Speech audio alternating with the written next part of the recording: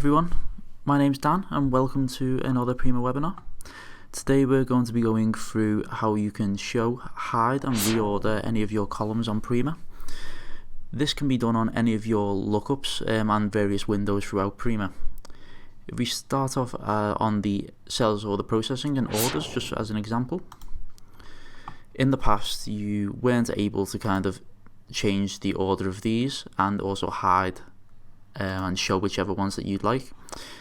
Now you do have the facility to do so by just simply right clicking, and you've got this new option which says to show, hide or reorder columns.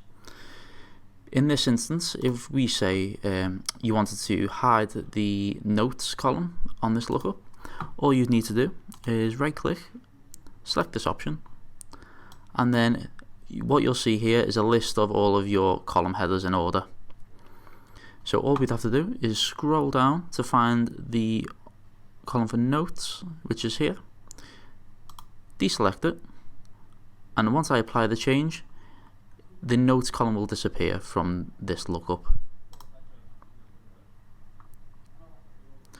Likewise, if you just want to get it back and you've made a mistake, click the option again, and if you scroll down, all you have to do is select that option again. If you want to just make a couple of amendments and change the order around of some columns, all you need to do is just simply drag and drop it around. It's nice and simple, and once you're done, again, apply changes. That's no other savings necessary. That'll be saved every time you log back into Prima or go onto the sales order lookup. Show you a couple of other examples now. You'll see it works in all different lookups on Prima. You've got the same on the purchase order lookup, and if we go into receipts, you do have the same here as well.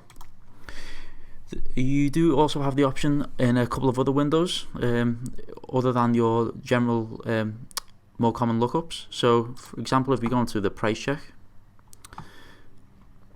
if we right click on here, you'll also have the option to show, hide and reorder these columns that are within this window. Exactly the same way as you've done before. Select or deselect any that you want and simply drag and drop them to how you'd like.